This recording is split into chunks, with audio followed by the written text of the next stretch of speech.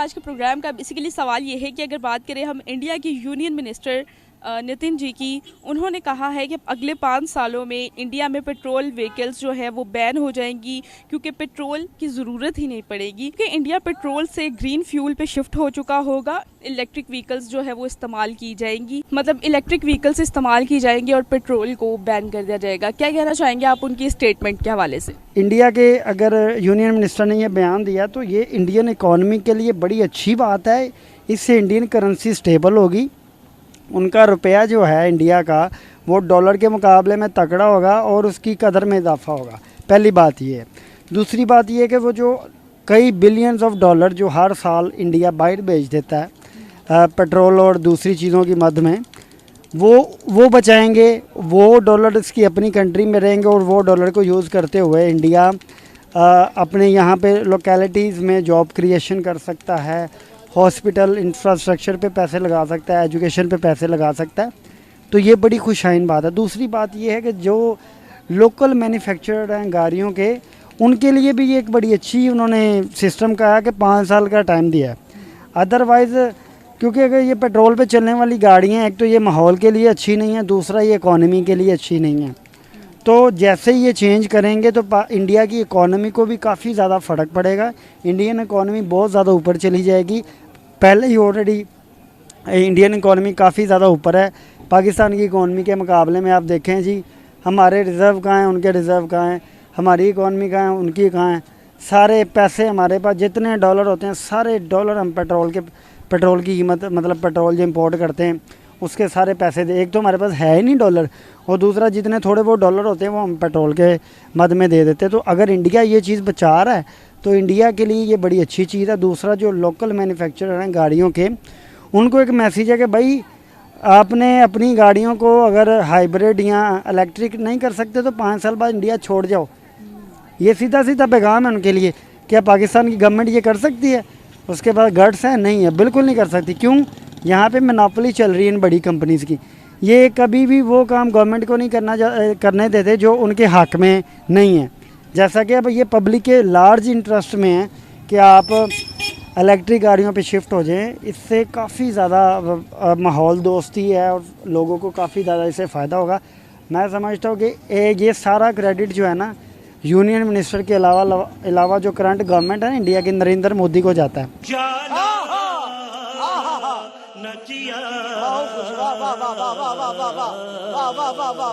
यहाँ पे जो गाड़ियाँ मिलती हैं वो वैसे ही एक मेहरान गाड़ी जो कि बैन कर दी गई है वो 16-20 लाख रुपए की है, ठीक है। और वहाँ पर अच्छी से अच्छी गाड़ी हुई आपको 8 लाख तक की मिल जाएगी या 5 लाख तक की मिल जाएगी। तो सर क्या कहना चाहेंगे इस पूरे सिनेरियो को देखते हुए? देखिए, मैं सबसे पहले तो ये कहना चाहूँगा कि यहाँ पे ये सारी वही कंपनी हैं, होंडा, टोयोटा, ये सारी वही कंपनी है। दुनिया में आप जाएं, जापान में आप जाके देखें, 20 लाख रुपए में जो गाड़ी बना के देते हैं, बंदा कहता है यार क्या गाड़ी है।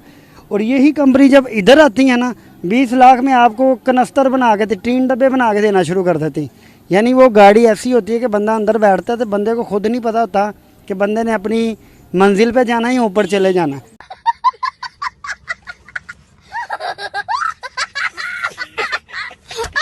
खुदा ना खास्ता अगर एक्सीडेंट हो जाए, ना उसमें एयर बैग्स हैं, ना उसमें कोई सेफ्टी फीचर्स हैं, कुछ भी नहीं है।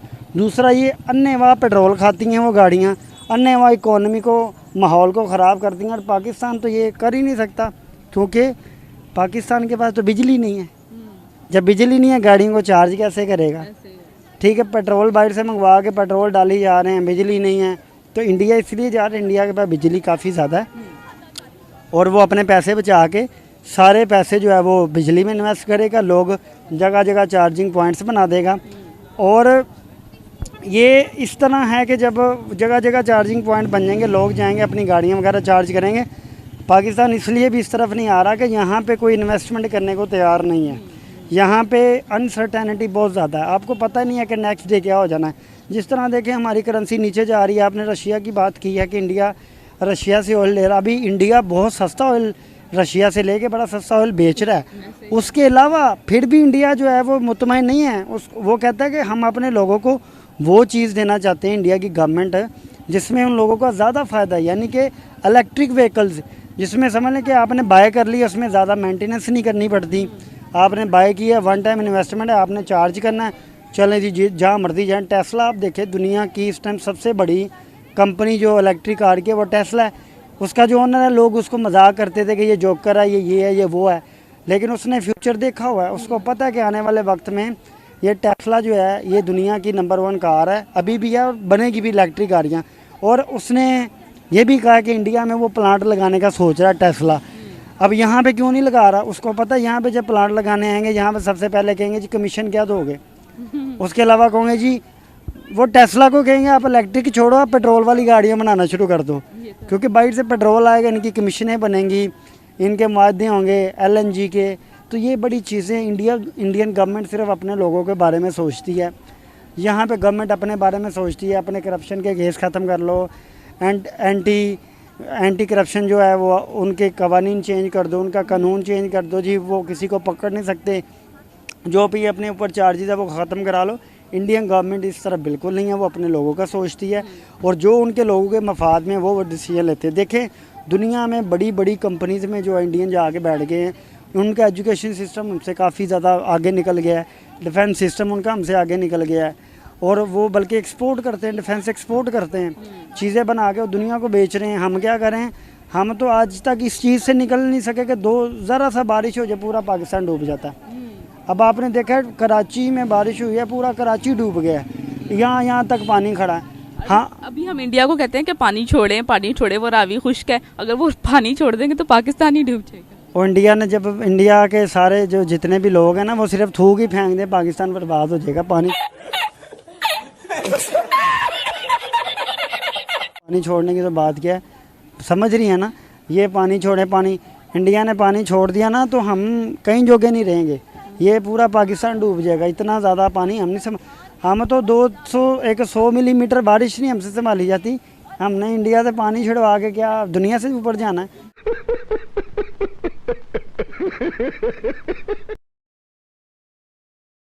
संभाला ये पूरा आपका लाहौर डूब जाएगा, यहाँ तक लिबर्टी तक पानी आ जाएगा। आप कैमरा लगा के देखें जी, चेक करें ज़रा पानी, अभी लिबर्टी के अंदर पानी खड़ा है। ये बड़ी पोश मार्केट है, यहाँ पे अच्छे लोग आते हैं, मतलब अच्छी फैमिलीज आती हैं। बचपन में हम पढ़ते थे जी लिबर्टी मार्केट की सैल, आप देखें वहाँ पे कितना गंदा पानी खड़ा है, कचरा पड़ा हुआ है, जगह जगह पे कचरा पड़ा हुआ है।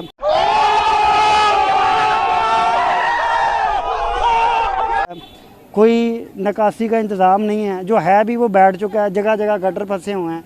तो ये तो सीन है, हमारे गटर नहीं खुल रहे, हमने दुनिया से क्या कम्पीट करना है।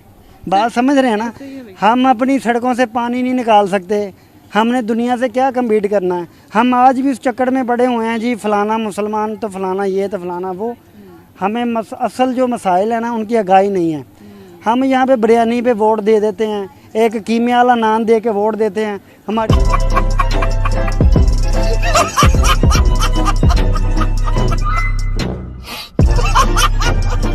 गली में बल्ब किसने लगाया ये दे के वोट दे देते हैं।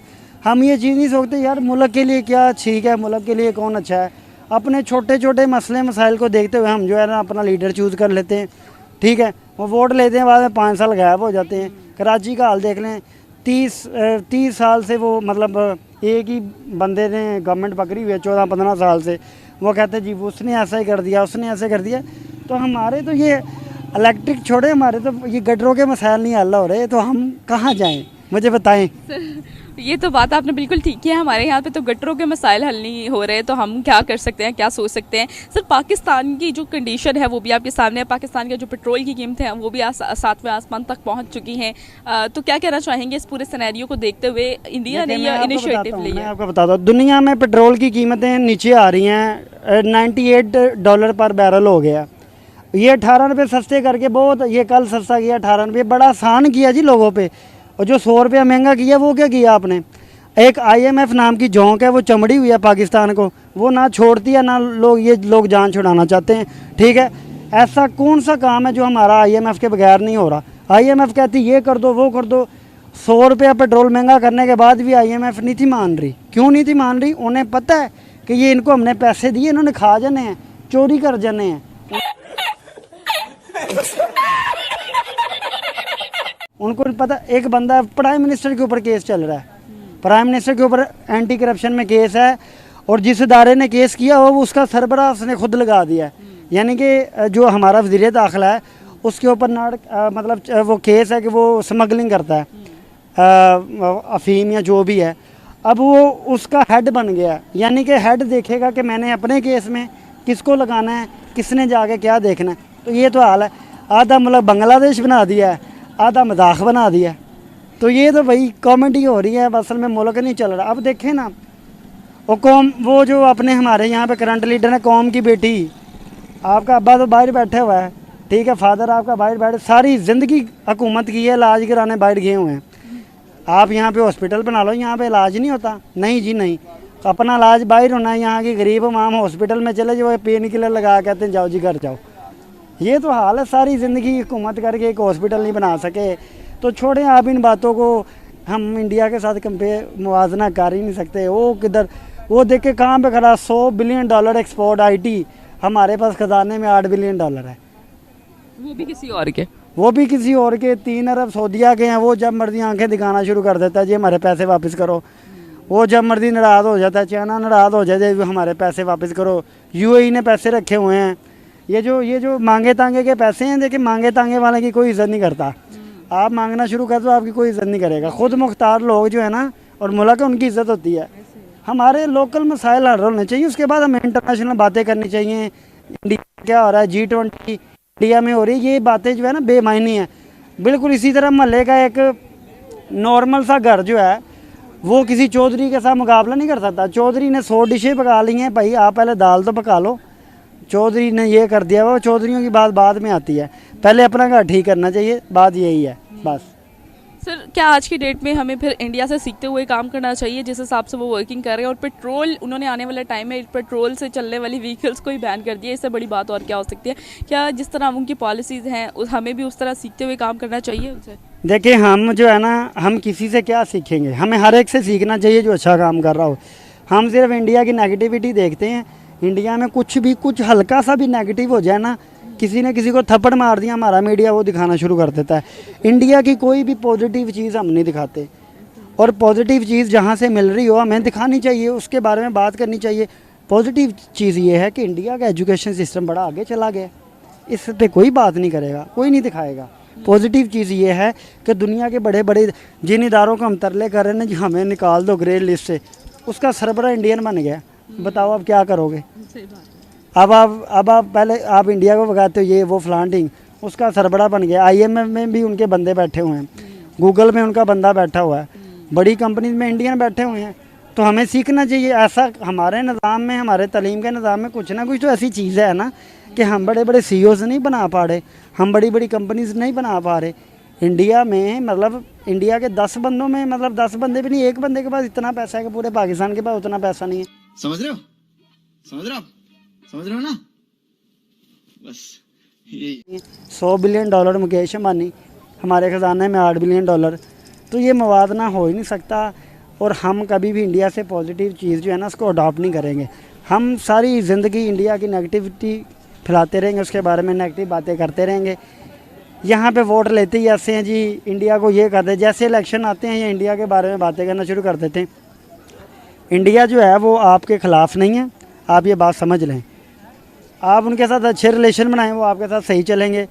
कुछ उनकी ज़रूरत अब हमें है, क्योंकि हम अगर उनके साथ ट्रेड करेंगे तो हमारे आगे आने वाले हालात बेहतर होंगे। इंडिया बहुत बड़ी मंडी है, 1 बिलियन मतलब 1 बिलियन से ज़्यादा लोग वहाँ पे रहते हैं। हम उनके साथ ताल्लुक़ अच्छे बनाएंगे, हम वहाँ पे अपना सामान बेच सकते हैं, चीज़ें एक्सपोर्ट कर सकते हैं, मतलब कई चीज़ें हैं हमारी, वहाँ से डॉलर आएंगे, हमारी इकॉनमी बेहतर होगी। तो हमें ट्रेड रिलेशन बनाना चाहिए, बात करनी चाहिए। अपने जो हथियार हैं, डिफेंस बजट कम करना चाहिए, इंडिया को भी पाकिस्तान को भी मिल के बात करनी चाहिए। जो मसले मसाइल हैं छोटे मोटे, ये थोड़ी एक जगह है कश्मीर नाम की, उसके ऊपर रोला डाला हुआ है, वो जी हम कहते हैं हम कश्मीर नहीं देंगे, उन्होंने ले लिया। भाई क्या कर लिया आपने? उन्होंने वो 370 ख़त्म करके इंडिया कश्मीर को हिस्सा बना लिया। आपने सिवाय बातें करने के कुछ नहीं किया, आप कुछ कर भी नहीं सकते। अभिनंदन आया था, आपने वापस दे दिया, आप ना देते उन्होंने छीन लेना था।